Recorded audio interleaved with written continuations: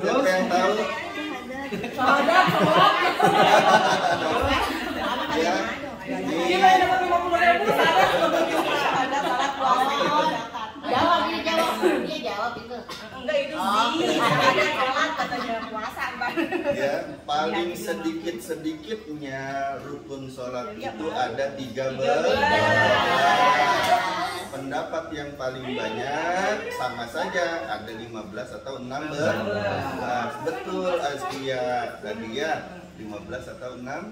Yang bisa nyebutin yang bisa nyebutin minimal 10 aja. Yang bisa nyebutin minimal 10 dapat 5.000 dari Umi. Ayo Bunda nyanyiin. Sholat ada 13. 1 niat, 2 berdiri, 3 takbiratul ihram, 4 baca Al-Fatihah, ruku dengan tumakninah, i'tidal dengan tumakninah, sujud dengan tumakninah, duduk antara 2 sujud, duduk tasyahud akhir, baca tasyahud akhir, baca sholawat atas Nabi, salam tertib berurutan.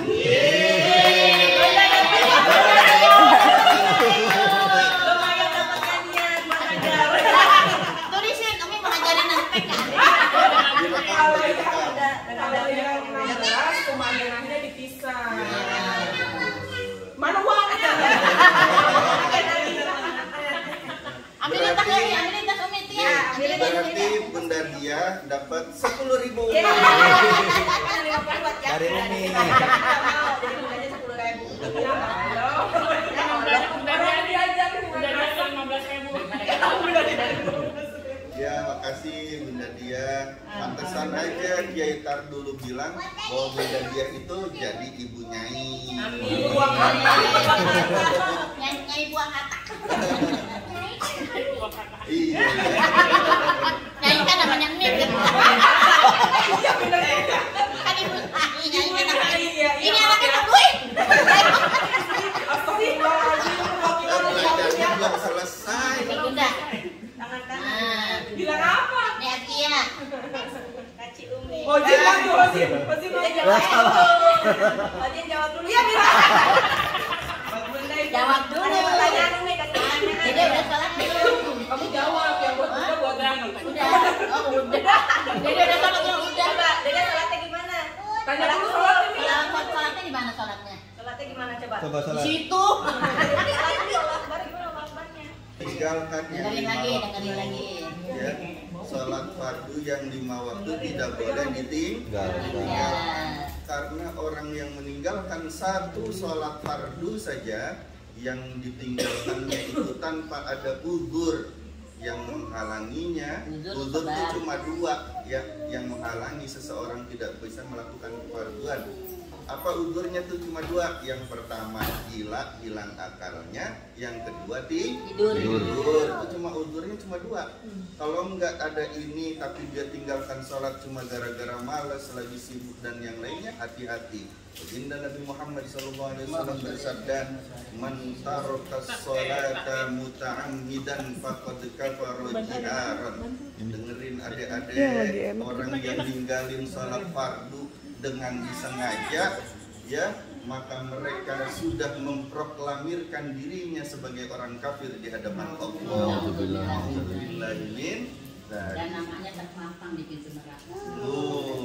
Ya, maka jangan sekali-kali kita meninggalkan sholat fardu, sholat yang 5 waktu. Kalau dari balik kita lihat ada sholat yang pernah ditinggalkan, dibayar karena itu hutang kita dengan Allah Subhanahu wa Ta'ala, dibayar. Oh, kira-kira dari balik dulu ada sekitar 3 tahun kalau dikumpulin, ya, meninggalkan sholat fardunya, bolong-bolongnya, kita tambel dengan sholat qadha, ya, sholat qadha.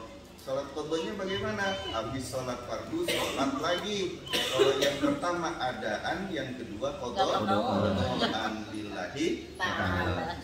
Maka ada doa yang diajarkan baginda Rasulullah SAW biar kita nggak punya hutang, terutama hutang kepada Allah, hutang kepada Rasulullah SAW, hutang kepada makhluk Allah. Kita nggak punya itu. Apa doanya? Di tahiyat akhir diijazahkan oleh baginda Rasulullah SAW, bacalah doa Allahumma inni a'udzubika minal ma'thami wal maghrami. Ya Allah, sesungguhnya aku berlindung kepadamu dari berbuat dosa maksiat kepadamu, dan aku berlindung dari maghram. Apa itu maghram? Tenggelam dalam lautan hutang kepada Allah dan hutang kepada Rasulullah dan hutang kepada makhluk Allah. Jadi kita nggak punya hutang sama Allah. Kalau kita punya hutang sama Allah, ditagih nanti di akhirat. Nauzubillah min dzalik. Mudah-mudahan kita semua nggak punya hutang sama Allah. Kalau hutang sama baginda Rasul, setiap kali kita menyakiti umatnya Rasulullah SAW, baik manusia, baik jin, baik tumbuhan dan hewan, kita sakiti, maka kita punya hutang sama baginda Rasulullah SAW. Orang yang punya hutang sama baginda Rasul, pernah nyakitin umatnya Rasul, belum minta maaf sama orang yang disakiti dan dizaliminya, maka dia tidak akan berhak mendapatkan syafaat Rasulullah SAW. Na'udzubillahi min maghram, bukan mughram. Ya, kalau maghram tenggelam dalam lautan hutang, kalau mughram tenggelam dalam lautan cinta dan kerinduan kepada Nabi Muhammad SAW. Beda ya, cuma beda harokat doang. Ya, maka ada salawat mughram qalbi bihubbika mughram ya Mustafa al-mukarram ya Rasulullah mughram qalbi bihubbika mughram ya Mustafa al-mukarram ya Rasulullah. Itu hafal zaki. Alhamdulillah. Ya. Jadi jangan salah, kalau mughram itu tenggelam dalam lautan cinta dan kerinduan kepada Rasulullah SAW. Kalau maghram tenggelam dalam lautan hutang. Nauzubillah min. Jadi dibaca itu insya Allah. Yang kedua, sholat fardu selain jangan ditinggalkan, kita terus menerus berjuang berusaha selama sholat fardu itu jangan sampai kita lupa sama Allah. Diusahakan minimal menurut Imam Syafi'i khusyuk itu pada saat takbiratul ihram. Minimal jangan ingat yang lain. Takbir ingat jemuran. Ya, minimal di takbiratul ihram yang pertama. Jangan ingat yang lain selain Allah. Yang ingat itu hanya Allah. Kita ingat Allah aja. Minimal itu baru diterima salatnya sama Allah. Karena ada khusyuknya, ada ingat Allah di dalam sholat. Baginda Rasulullah SAW itu bersabda yang adalah firman dari Allah Jalla wa'ala, aqimus sholata li dzikri. Ya, di Al-Quran juga ada, dirikanlah sholat untuk mengingat aku, kata Allah. Jadi kalau orang sholat tapi lupa sama Allah, enggak diterima sholatnya. Maka minimal pada saat takbiratul ihram kita ingat Allah. Allahu Akbar. Jangan ingat yang lain, siapapun, apapun. Iya, karena menurut Imam Syafi'i minimal di takbiratul ihram ingat Allahnya. Ya, syukur sepanjang sholat, ya itu sangat luar biasa. Sepanjang sholat mah itu dayanya Rasul Imam Ali. Nah, bagaimana caranya biar ingat Allah di dalam sholat? Ngaji. Biar disiram terus. Ya, nah yang pertama tingkatan khusyuk dalam sholat seperti yang tadi dikatakan oleh Imam Syafi'i rahmatullah alaihi wa nafa'ana bihi wa min amin ya rabbal. minimal dalam takbiratul ihram pada saat niat sholat itu. Yang kedua, ditingkatin kalau itu sudah ingat Allah. Bagaimana caranya biar ingat Allah? Kita caranya tahu apa yang kita minta dan hatinya betul-betul menghadap kepada Allah dan betul-betul minta sama Allah di dalam setiap kata-kata doa di dalam sholat. Contoh dalam suratul Fatihah kita membaca doa, apa doanya? Ihdinas siratal mustaqim. Itu hatinya benar-benar minta, ya Allah berikanlah hidayah berupa hidayah ilmu, hidayah irsyad, hidayah taufik agar selalu di dalam siratal mustaqim. Siapa siratal mustaqim itu? Siratal mustaqim itu baginda Nabi Muhammad sallallahu alaihi wasallam. Itu siratal mustaqim. Ya, kita minta hidayah biar selalu bersama Rasul, biar di jalannya Rasulullah Sallallahu Alaihi Wasallam yang lurus. Kalau baginda Rasul disebutkan oleh Allah dengan siratal mustaqim, kalau baginda Nabi Ibrahim hanifan musliman wa jalan yang lurus yang Allah berikan kepada Nabi Ibrahim alaihissalam adalah hanifan. Kalau kepada baginda Nabi Muhammad SAW adalah siratal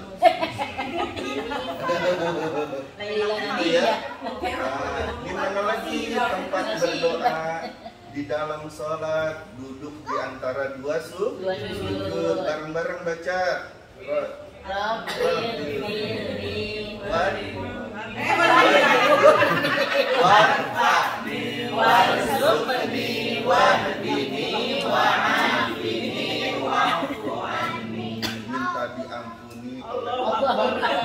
ya, minta dirahmati oleh Allah. Warzuqni, minta dikasih rizki oleh Allah.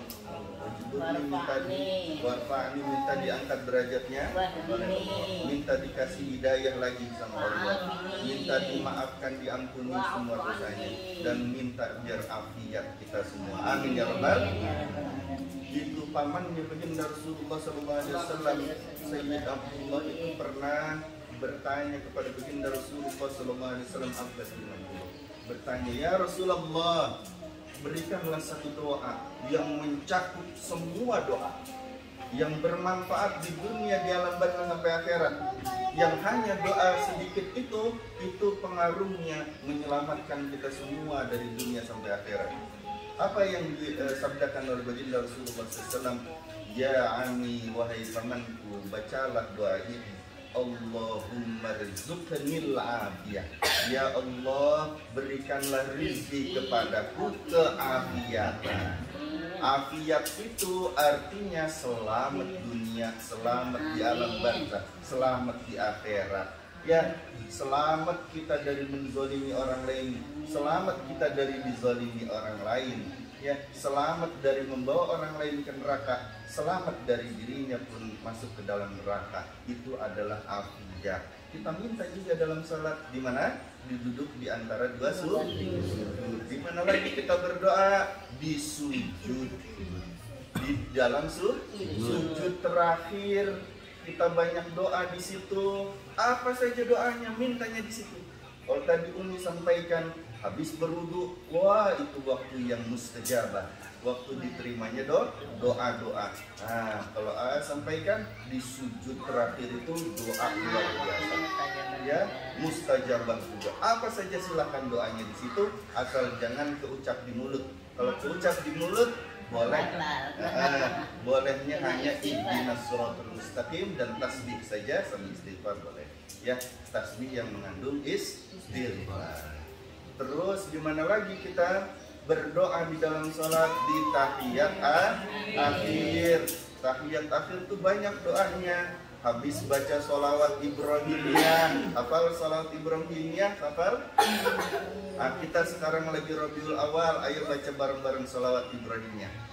Bismillahirrahmanirrahim. Allahumma salli ala sayyidina Muhammad wa ala ali sayyidina Muhammad kama sallaita ala sayyidina Ibrahim wa ala ali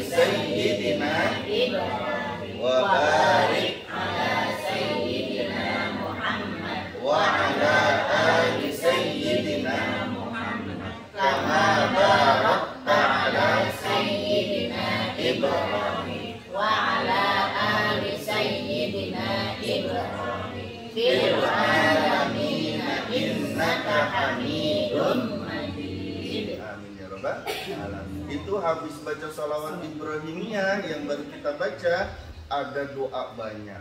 Doa yang diajarkan baginda Rasul yang pertama ya, Allahumma ighfirli ma qaddamtu wa ma akhartu wa ma asrartu wa ma asrartu wa ma a'lamtu wa ma anta a'lamu bihi minni antal muqaddim wa antal muakhir la ilaha illa anta. Itu doa apa itu? Doa minta diampuni dosanya oleh Allah. Dosa yang sekarang, dosa yang dulu, dosa yang akan datang, dosa yang kita perbuat dengan sengaja, yang tidak disengaja, dosa yang kita pahami, dosa yang tidak kita pahami, dosa yang kita sadari, dosa yang tidak kita sadari, dosa yang kita sembunyikan dan rahasiakan, semuanya minta diampuni oleh Allah Subhanahu wa Ta'ala. Abah ajarin pada baca nggak? Allahumma ighfirli kullahu biqadrillahu. Masih belum hafal, nanti di share sama Umi insya Allah. Karena diajarin tadi kepanjangan emang tadi share aja. Ya insya Allah. Allahumma ighfirli kullahu, Allahumma ighfirli dzambi kullahu biqadrillahu wa awwalahu wa akhirahu wa alaniyatahu. Jadi minta diampuni dari yang besar sampai yang kecil, yang kasar sampai yang halus gitu. Terima kasih. Insya Allah nanti di share lagi ya. Apa lagi?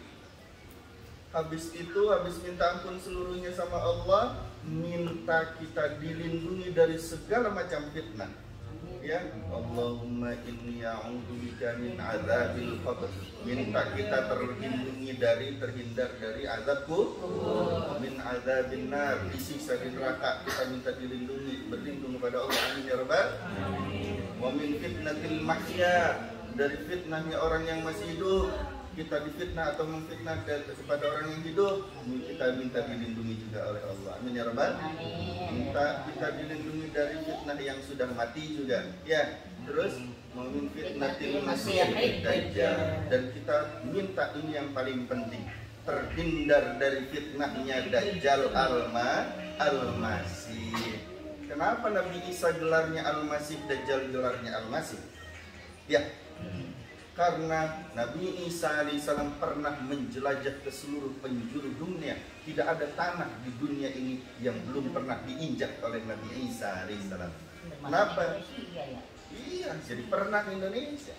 Jadi semua tanah yang ada di muka bumi ini pernah diinjak oleh Nabi Isa alaihissalam. Kenapa Dajjal itu sebutannya Al-Masih juga?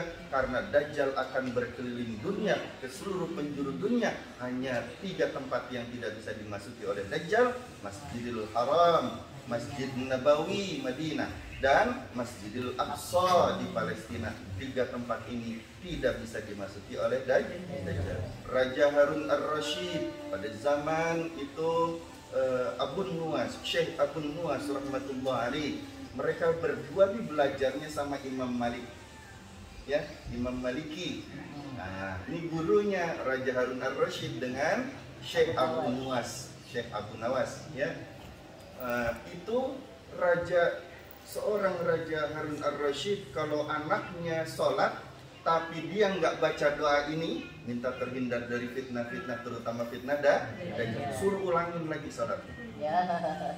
Setiap kali anaknya sholat, ini masih kecil, ya, karena kalau dia kan bacanya tuh paling minimal harus kedengeran sama telinga sendiri. Nah itu setiap kali tahiyat di telinganya itu ditempelin ke mulut anaknya biar kedengeran. Sama Raja Harun Ar-Rasyid. Ketika ditanya oleh penasihat kerajaan, wahai raja, kenapa sampai segitunya? Baginda Rasul saja itu mengisyaratkan sudah mau keluar Dajjalnya. Ya, karena sudah akhir zaman. Apalagi kita yang sudah terlampau jauh dengan baginda Rasul Sallallahu Alaihi Wasallam, jaraknya pasti Dajjalnya udah dekat. Itu Raja Harun Ar-Rasyid 1000 tahun yang lalu. Berapa tahun? 1000 tahun yang lalu. Kita sudah di era itu. Fitnahnya sudah menyebar ke seluruh penjuru dunia. tinggal ketemu bang sama bonggolnya doang. Mudah-mudahan nggak ada yang ketemu. Amin ya Rabbal. Kita mungkin nggak ketemu, anak kita mungkin nggak ketemu, tapi bisa kejadian cucu-cucu kita mengalaminya. Mudah-mudahan nggak ketemunya sama Imam Mahdi aja. Amin ya Rabbal. Ya, Syekh Nazim Al-Haqqani itu berkata, Dajjal itu sudah tinggal sedikit lagi putus ya rantainya, dan Imam Mahdi sebentar lagi keluar. Artinya beliau mengisyaratkan minimal hanya sekitar 50 tahun dari sekarang. Beliau ngomong dari tahun 2000, 50 tahun dari sekarang atau di antara itu dia pasti sudah keluar. Artinya udah dekat banget kita tuh sama kiamat. Silakan ini. Jadi jangan lupa dibaca doa itu ya. Itu doa di dalam tahiyat. Ini terusin apa gimana? Terusin aja. Enggak apa-apa. Terusin nih. Habis baca doa minta berlindung kepada Allah Subhanahu wa taala dari fitnah-fitnah tadi, terutama fitnah Dajjal Al-Masih. Kita juga banyak diajarkan doa oleh baginda Nabi Muhammad SAW. Doanya apa lagi? Minta kita kepada Allah Subhanahu wa taala agar hatinya itu ditetapkan pada ketaatan kepada Allah. Jangan hatinya itu mencela-mencela, entar taat, entar enggak taat, entar ingat Allah, entar lupa sama Allah, entar imannya naik, entar turun lagi. Enggak, ini minta hatinya biar enggak bolak-balik. Ya, hatinya menetap dalam taat dan bertakwa kepada Allah Subhanahu wa taala. Apa doanya? Ya muqallibal qulub, tsabbit qalbi ala dinik, riwayat Imam Tirmidzi, ala ta'atik, riwayat Imam Ahmad. Jadi yang mana saja. Jangan lupa itu dibaca. Insya Allah. Ya. Terus doa apa lagi yang tadi kasih tahu? Terbebas dari hutang kepada Allah, hutang kepada Rasul sallallahu alaihi wasallam. Ya, dan hutang kepada makhluk, dan terbebas dari siksaan Allah, dan minta juga terlindungi dari berbuat dosa. Allahumma inni a'udzubika minal maksami wal maghrami. Tadi ya. Terus doa apa lagi? Oh banyak nih doa di tahiyat. Ya. Doa biar Allah Subhanahu wa taala menganugerahkan kita bisa bolak-balik Mekah Madinah, bolak-balik Mekah Madinah, bolak-balik Mekah Madinah. Apa doanya?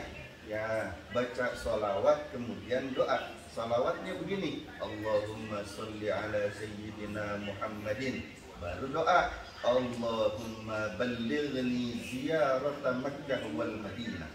Ya Allah, sampaikanlah kepadaku untuk dapat berziarah ke Mekah dan ke Madinah. Ini benar-benar di setiap kalimat-kalimat yang mengandung doa, hatinya betul-betul meminta dengan sangat kepada Allah Subhanahu wa taala. Kita berusaha di situ. Nanti khususnya nambah. Setiap ada kata-kata yang bernilai doa, hatinya ingat Allah. Jadinya khusyuk. Ningkatin lagi, setiap bacaan dalam sholat membawanya ingat kepada Allah. Ya, kita baca Allahu Akbar. Ada takbiratul ihram, ada takbir intiqal, takbir perpindahan. Allahu Akbar. Kok beda? Yang lain Allahu Akbar, Allahu Akbar, Allahu Akbar. Pas dia tidak, Sami Allahu liman. Allah Maha mendengar kepada siapapun yang memuji kepada Allah Subhanahu wa taala. Sejarahnya bagaimana? Kenapa bacaannya jadi Sami Allahu liman hamidah? Gimana itu maksudnya? Kita cari tahu, makanya menuntut ilmu, belajar terus. Insyaallah. Bacaan-bacaan sholat semuanya kita paham, kita tahu artinya, sehingga dengan paham dan tahu artinya itu membawa kita ingat kepada Allah. Yang terakhir, yang paling tinggi derajat sholatnya adalah yang ketika selama sholat melihat Allah atau merasa dilihat Allah. Itu tingkatan ihsan, itu sinantilah, berat bahasnya. Insya Allah. Semoga bermanfaat. Yang paling penting kita memohon kepada Allah Subhanahu wa taala, semoga Allah berikan kepada kita semua taufik sehingga dapat melaksanakan apa yang kita bahas pada pagi hari ini, dan semoga Allah Subhanahu wa taala memberikan ampunan kepada kita semuanya. Allah mengampuni dosa kedua orang tua kita, Allah mengampuni dosa guru-guru kita, anak-anak kita, keturunan-keturunan kita, dan Allah mengampuni dosa semua umat Nabi Muhammad SAW. Dan semoga ketika meninggal dunia kita semua dalam keadaan husnul khotimah. Amin ya rabbal alamin. Semoga Allah menjadikan anak keturunan kita saleh dan salehah. Amin ya rabbal alamin. Semoga bermanfaat. Assalamualaikum warahmatullahi wabarakatuh. Waalaikumsalam.